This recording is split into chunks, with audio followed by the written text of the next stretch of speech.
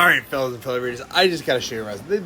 These guys were both two high-level high school wrestlers.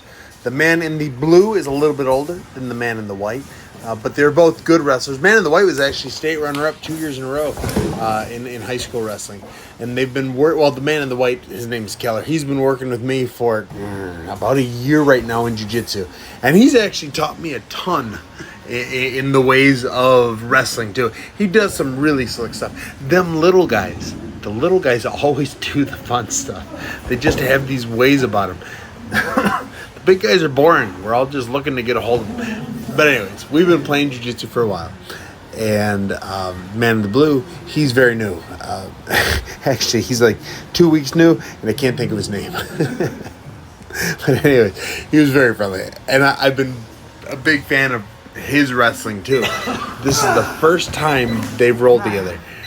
And man in blue is a little bit bigger. As you'll see, the first take thing goes to him. Now it's jiu-jitsu. We're not going for a pin. So you'll see. You're training, you get that knee shield, you start hiding your ankles a little bit, you start trying to create that distance so you can get back up. Keller does a real good job with it. And Keller's one of our better students as well. One of my better students.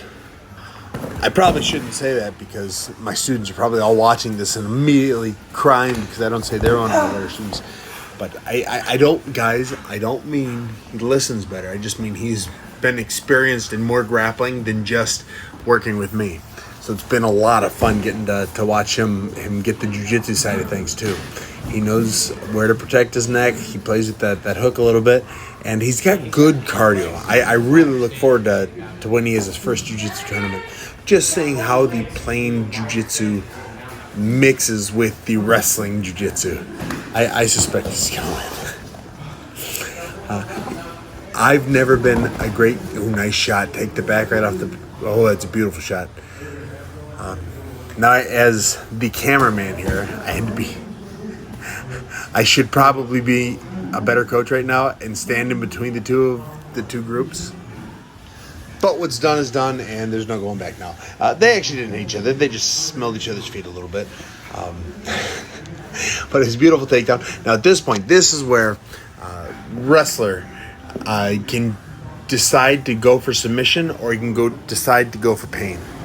Now, most wrestlers are going to go for the painful move. Sean Strickland taught me that years ago. He taught me that if you have the choice between a rear naked choke or just hurting the guy, just hurt the guy. Go for that face crank. Even if you have the choke, let go of the choke and go for the face crank. Because hurting a guy will make him remember you.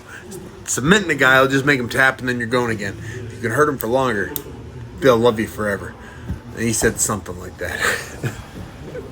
But yeah, so they're both struggling right now. He ends up getting this choke.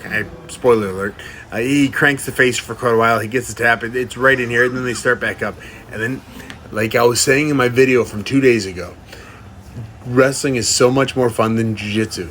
As soon as it's just a jiu-jitsu match, I even start tuning out. And I was watching and enjoying this back. There's the tap. They're starting back up, and I, as the coach, get excited again and say, "Oh, let's do it."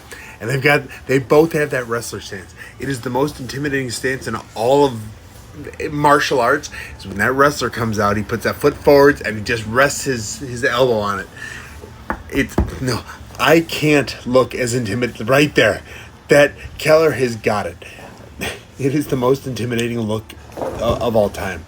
And Keller, like I said, as a little guy, he is constantly looking for that shot. Rear leg, single leg, or high crotch he's going for. And he ends up in the guard. See, that's the problem with jiu-jitsu. You end up accepting guard. I yell at all my guys, and man in the blue shirt, he is new, so he hasn't been yelled at me enough. But I tell them all, if y'all pull guard and there's a time and place to do it, I'm going to make fun of you. So I made fun of him. And they went for an armbar on the wrong arm. Again, new guy.